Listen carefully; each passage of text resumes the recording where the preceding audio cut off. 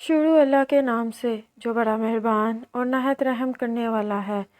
السلام علیکم ورحمۃ اللہ وبرکاتہ۔ مزید اقوال زرعی اور رسول قول کے لیے میرے اس چینل کو ضرور سبسکرائب کریں۔ ضروری نہیں کہ ہر وہ شخص جو تمہاری زندگی سے چلا گیا، اس کا جانا تمہارے لیے ہی اچھا تھا۔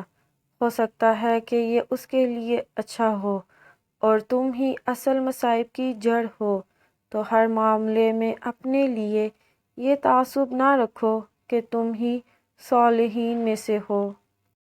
رسول اللہ صلی اللہ علیہ وسلم نے ارشاد فرمایا، جو اپنے والدین کو خوش کرتا ہے وہ اللہ کو خوش کرتا ہے، اور جو آدمی اپنے والدین کو ناراض کرتا ہے وہ اللہ کو ناراض کرتا ہے۔ دعا سے بلاؤں کا ٹلنا۔ رسول اللہ صلی اللہ علیہ وسلم نے فرمایا، دعا نفع پہنچاتی ہے اور ان بلاؤں کو ٹالتی ہے جو نازل ہو چکی ہیں، اور ان بلاؤں کو بھی جو ابھی نازل نہیں ہوئیں۔ اس لیے تم لوگ دعاؤں کا اہتمام کرو۔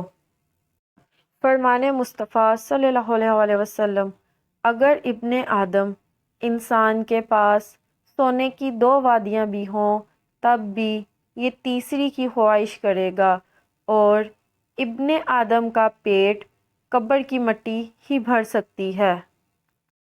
یا باسطو یا فتاحو یا کریمو کے کمالات۔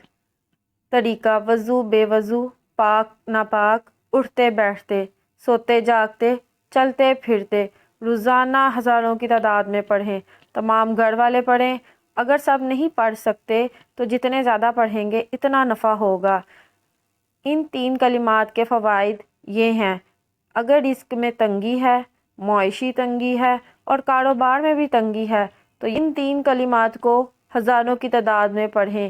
اس کے علاوہ ان 3 کلمات کو پڑھنے سے غیب کے خزانوں سے ضروریات کا پورا ہونا، ملازمت کے حصول کے لیے، نوکری خطرے میں ہو تو اس کی حفاظت کے لیے، پھنسی ہوئی رقم کی واپسی کے لیے، نارمل ڈیلیوری کے لیے، کاروبار میں آسانی کے لیے، جلد شادی یا شادی کے حوالے سے، اس کے علاوہ قید ہے تو رہائی کے لیے، الجھی ہوئے مسائل میں گھیری زندگی کے لیے، اور جسمانی اور روحانی بیماریوں کے لیے۔ یہ 3 کلمات کو ہزاروں کی تعداد میں پڑھیں۔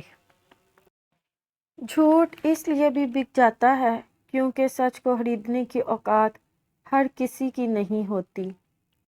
ہم لوگ بھی عجیب ہیں، ثواب کی خاطر مرے ہوئے انسان کو کندھا ضرور دیتے ہیں مگر زندہ انسان کا سہارا بننے سے کتراتے ہیں۔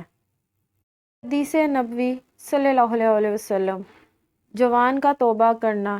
حضرت محمد صلی اللہ علیہ وسلم نے فرمایا، جب ایک جوان انسان توبہ کرتا ہے تو مشرق سے مغرب تک کے تمام قبرستانوں میں سے 40 دن تک عذاب ہٹا لیا جاتا ہے، اور آپ صلی اللہ علیہ وسلم نے فرمایا، اللہ اس کے چہرے کو روشن کرے جو حدیث سن کر آگے پہنچائے۔